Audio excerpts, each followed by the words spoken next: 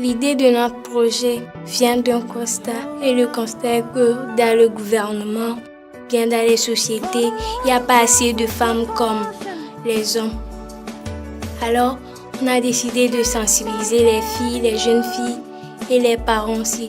Premièrement, on était partis dans une école primaire.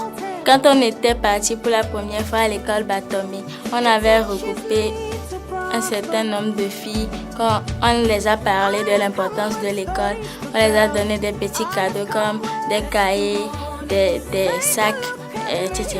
La deuxième fois qu'on était partis, on a regroupé toutes les filles. Là, elles étaient plus nombreuses qu'avant. Je suis Fernand Ambria. Je suis en classe de seconde A2. Pour moi, scolariser la jeune fille est un développement pour notre pays. Car maintenant, nous voyons des ministres femmes, des présidentes femmes, des animatrices, des directrices femmes.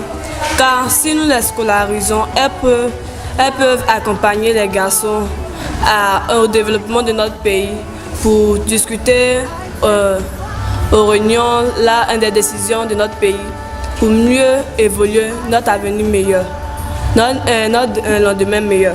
Car si nous laissons seulement les garçons développer notre pays là, nous n'allons pas avoir le droit de parler en face d'eux. Car avant, les femmes n'avaient pas le droit de discuter avec les garçons.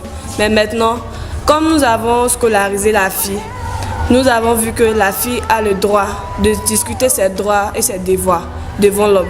Donc, donc l'État doit créer des écoles pour les filles, pour le développement de notre pays.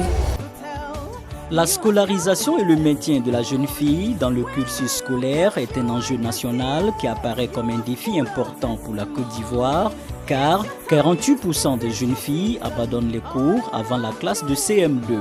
Plusieurs actions ont été donc posées dans ce sens depuis 2011, faisant passer l'indicateur de 5% en 2011 à 10% en 2014.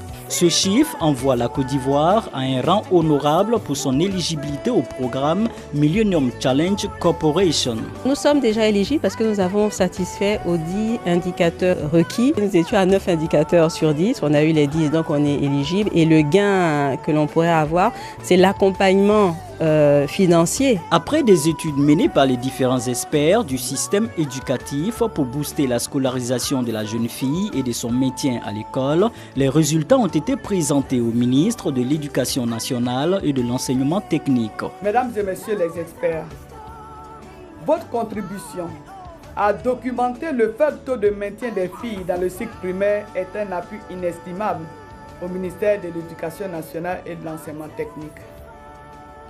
La documentation que vous mettez à notre disposition, résultat d'un travail scientifique et technique rigoureux, nous permettra de disposer de données qualitatives et quantitatives fiables pour une gouvernance plus affinée de l'école ivoirienne et partant pour une contribution substantielle à l'éligibilité de la Côte d'Ivoire au MCC.